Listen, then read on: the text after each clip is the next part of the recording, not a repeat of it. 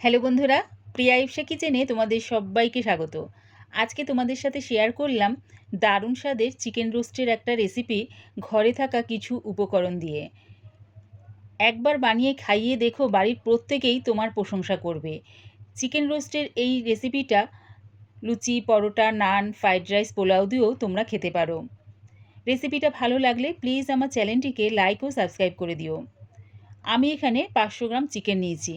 চিকেনটা ভালো করে ধুয়ে নিয়েছি।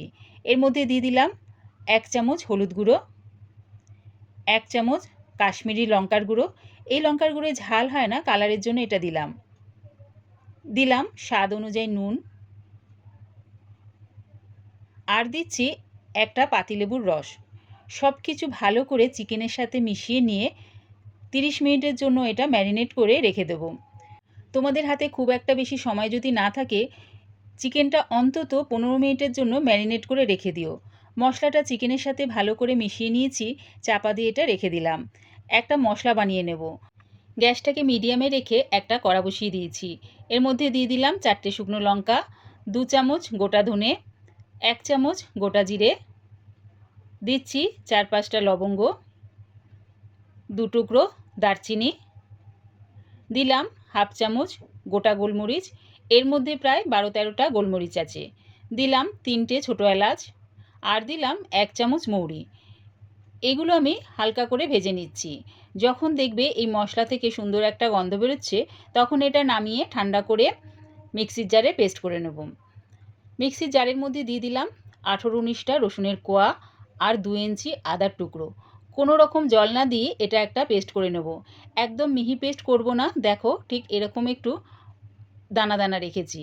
রসুন আর আদাটা একদম মিহি পেস্ট করো না, এরকম একটু দানা দানা রেখো। গ্যাসটাকে হাই ফ্লেমে রেখে একটা কড়া বসিয়ে দিলাম। দিলাম এর মধ্যে 3 চামচের মতন রিফাইন তেল আর 2 চামচ ঘি। তেল আর ঘিটা গরম হয়ে গেলে দিয়ে দিচ্ছি এর মধ্যে 3টে মাঝারি সাইজের পেঁয়াজ কুচি।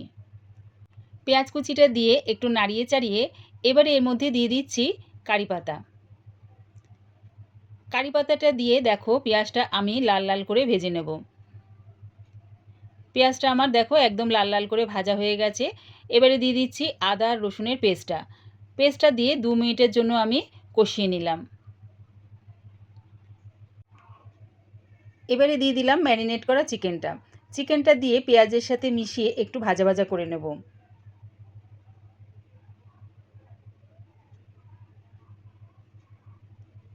যখন দেখবে চিকেনের এইরকম একটু রঙটা পাল্টে গেছে, তার মানে চিকেনটা একটু ভাজা ভাজা হয়ে গেছে। গ্যাসটাকে একদম লোতে করে চাপা দিয়ে এটা হতে দিলাম। চিকেনের থেকে যে জলটা বেরোবে সেই জলেই কিন্তু চিকেন রান্নাটা হয়ে যাবে। দেখো চিকেনের থেকে বেশ খানিকটা জল বেরিয়েছে।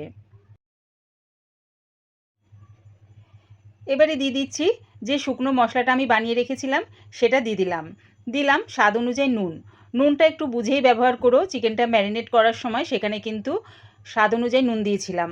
এখন মশলাগুলো যেহেতু পড়েছে, তাই সামান্য একটু নুন ব্যবহার করলাম। সব কিছু ভালো করে মিশিয়ে নিয়ে গ্যাসটাকে একদম লোতে রেখেই চাপা দিয়ে এটা হতে দিলাম। কিছুক্ষণ পর চাপাটা খুলে আবারও একটু নাড়িয়ে চাড়িয়ে নিচ্ছি। এই চিকেনটা কিন্তু একদম শুকনো শুকনো নামাবো। এবারে দিয়ে দিলাম হাফ চামচ গরম মশলা গুঁড়ো আর বেশ খানিকটা ধনেপাতা কুচি।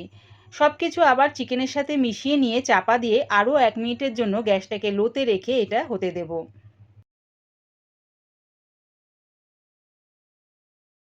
1 মিনিট পর চাপাটা খুলে দেখে নিচ্ছি। রেডি হয়ে গেছে আমার দারুণ স্বাদের চিকেন রোস্টের রেসিপি। একবার আমার মতন করে বানিয়ে দেখো, দারুণ খেতে লাগে। তোমাদের যদি একবার গন্ধটা শুকাতে পারতাম, ভীষণ সুন্দর গন্ধ বেরোচ্ছে। আমার এই চিকেনের রেসিপিটা পুরো দেখার জন্যে প্রিয়া ইপসা কিচেনের থেকে তোমাদের সবাইকে অনেক ভালোবাসা রইল। রেসিপিটা ভালো লাগলে প্লিজ আমার চ্যানেলটিকে সাবস্ক্রাইব করে দিও।